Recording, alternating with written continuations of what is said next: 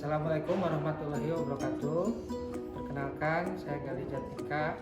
Saya adalah dosen ilmu keperawatan S1 Stiker Jenderal Ahmad Yani Cimahi.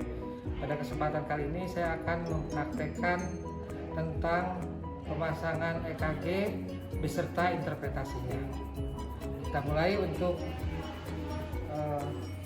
pemasangan EKG-nya ya. Jadi untuk pemasangan EKG di sini dibagi ada elektroda yang ada di dada, terdiri dari P1 sampai P6 ya. Kemudian di ekstremitas ya. Nah, untuk P1 di sini di ICS keempat yang kanan, P2-nya ini di ICS keempat yang kiri, kemudian P4-nya di ICS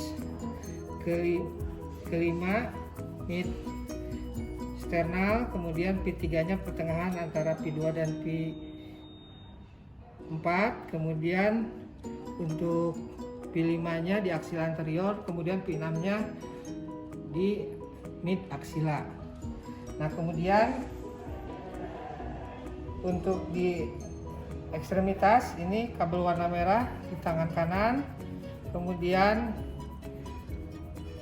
di tangan yang sebelah kiri warna kuning, kemudian kaki kiri kabel yang warna hijau, kemudian di kaki kanan warna hitam.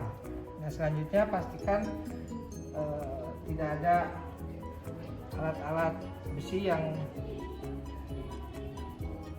dipakai sama klien. Kemudian kita lakukan perekaman ya. Pak, jangan gerak-gerak ya, sebentar.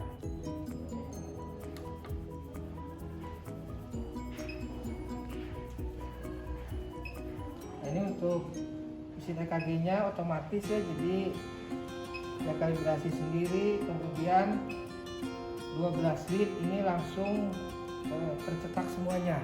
Jadi ada lead 1, lead 2, lead 3, API L, API R, API F, P1, P2, P3, P4, P5, P6, dan juga di sini sudah ada interpretasinya.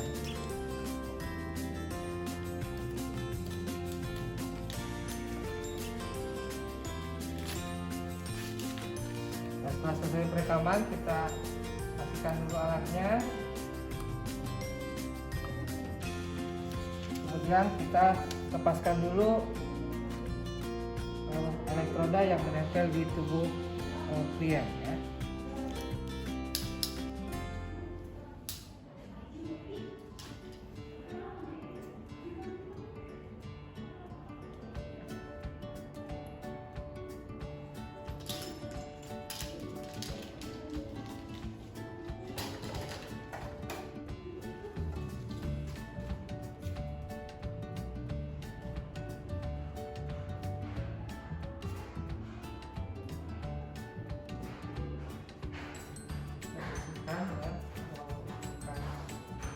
Elektrodanya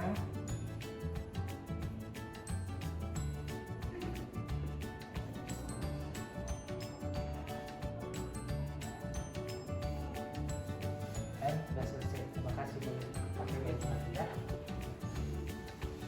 Untuk berikutnya kita akan melakukan interpretasi dari hasil pemeriksaan EKG. Nah, ini untuk hasil perekaman EKG-nya.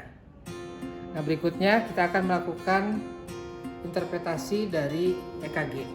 Nah, untuk interpretasi EKG ini yang perlu Anda ketahui sebelumnya itu adalah tentang ketentuan di kertas EKG ya, bahwa kertas EKG ini ada kotak kecil ya dan kotak besar. Satu kotak kecil ini dia kalau secara horizontal itu menunjukkan waktu ya, yaitu 0,04 detik. Kemudian kalau secara vertikal itu menunjukkan voltase. Kemudian satu kotak kecil ke atas itu adalah 0,1 mV. Nah, kemudian gambaran dari gelombang EKG itu adalah ada gelombang P, I, R, S, T ya. Bisa dilihat di sini seperti di lead 1 ya. Ini yang lebih jelas mungkin di lead 2 ya. Gelombang PQRST ya. PQRST.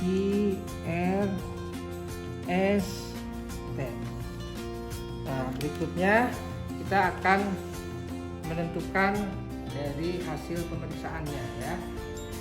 Nah, untuk melihat dari listrik jantung, kita lihat dulu tentang kriteria irama sinus atau sinus hitam. Ada 7 kriteria. Yang pertama itu adalah denyut jantung. Nah, untuk denyut jantung ini bisa dihitung dari hasil pemeriksaan ini. Caranya dengan cara melihat R ke R ya. Nah, ada berapa kotak besar? Nah, di sini ada hampir 3 kotak besar.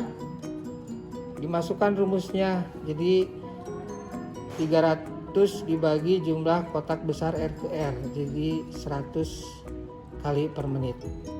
Atau mungkin rumus kalau misalkan tidak tepat 3 kotak besar, bisa menggunakan rumus 1500 dibagi jumlah kotak kecil R ke R. Atau misalnya tidak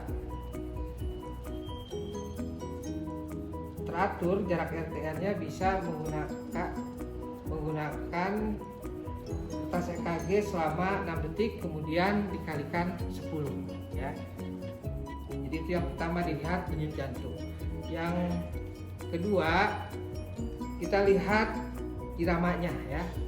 Nah, yang dilihat dari iramanya itu adalah gelombang P.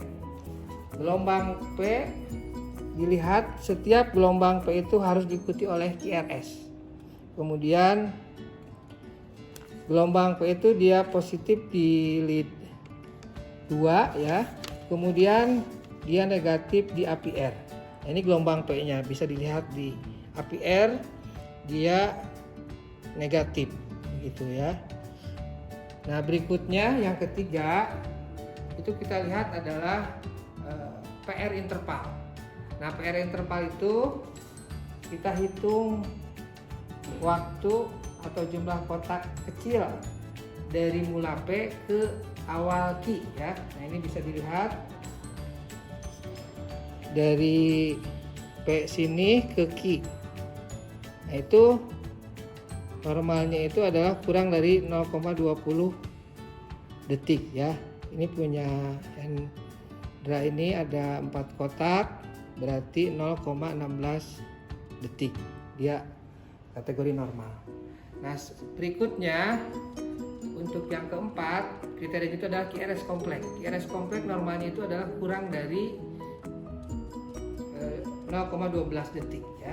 Nah, ini bisa dilihat lagi QRS hanya 1 kotak berarti 0,04 detik. Ini juga normal untuk hasil Hendra ya. Kemudian yang kelima kita lihat dari aksis jantung. Nah, untuk aksis jantung ini kita menggunakan vektor ya, dimana kita lihat di lead 1 dengan di lead AVF ya. Nah, Anda harus menjumlahkan antara ketinggian R dengan kedalaman S untuk di lead 1 dengan di lead AVF ya, dimana aksis normal itu bisa dilihat ya, aksis normal itu seperti ini ya. Jadi lead 1 AVF ya. Nah, jadi untuk yang Hendra ini di lead satunya itu ketinggiannya itu adalah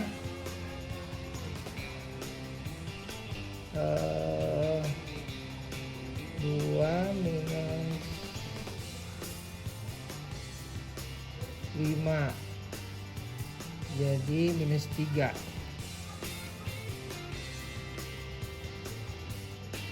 Minus 3.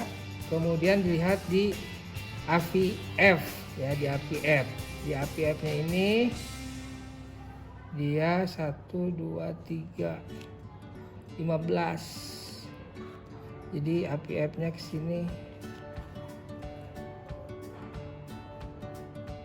banget ya punya ini.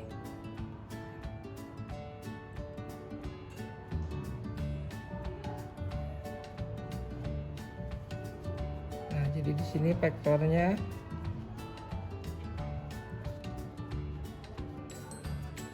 Nah, jadi untuk vektornya itu dia ada di positif 100, ini 130 ya. Sedangkan normalnya itu adalah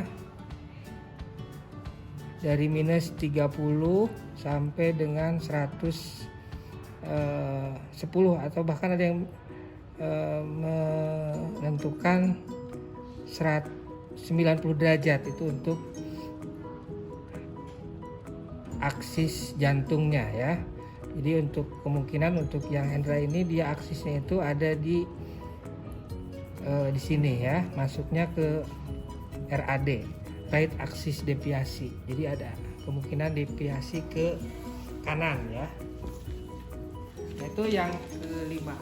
Yang berikutnya ke-6 itu adalah gelombang T ya. Untuk gelombang T itu kita lihat kalau di lidada itu ketinggiannya itu kurang dari 1 milivolt ya. Kayak misalkan di lidada itu P1. Nah, di sini ya.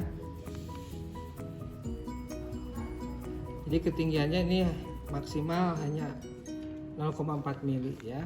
Kemudian kalau di ekstremitas itu maksimal setengah milivolt ya, kayak di AVF kita lihat.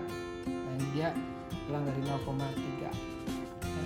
Jadi masih kategori normal untuk gelombang T. Dan kriteria yang terakhir yang ketujuh itu adalah ST segmen. Nah, untuk ST segmen ini dilihat dari akhir QRS ke gelombang T ya.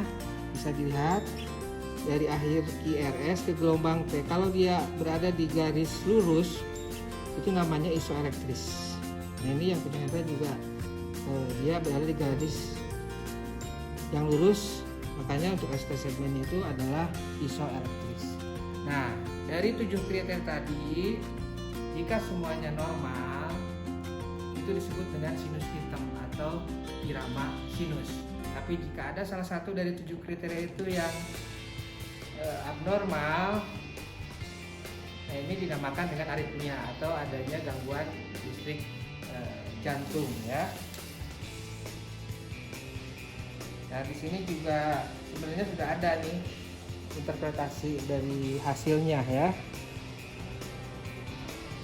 Kayak heart rate-nya di sini 96. Tadi kan kita ngitung secara manual itu 100 kali ya, karena dibagi jumlah kotak besar 3. Nah, di sini 134 atau 0,13 untuk PR intervalnya. Jadi masih kategori normal. Untuk yang Hendra ini hanya tadi untuk aksis jantungnya ya. Jadi dia ada deviasi jantung ke sebelah kanan ya. Tapi yang lainnya normal. Nah, itulah untuk praktik tentang bagaimana pemasangan dan juga interpretasi EKG ya. Nah, ini karena pembelajaran untuk praktikum secara daring ini, maka Anda nanti setelah melihat dari video ini, kemudian Anda langsung isikan dari hasil pemeriksaan klien atas nama Hendra ini ke dalam kertas kerja yang ada di dalam buku panduan praktikum. Demikian untuk penjelasan tentang praktikum tentang pemeriksaan EKG. Saya akhiri. Wassalamualaikum warahmatullahi wabarakatuh.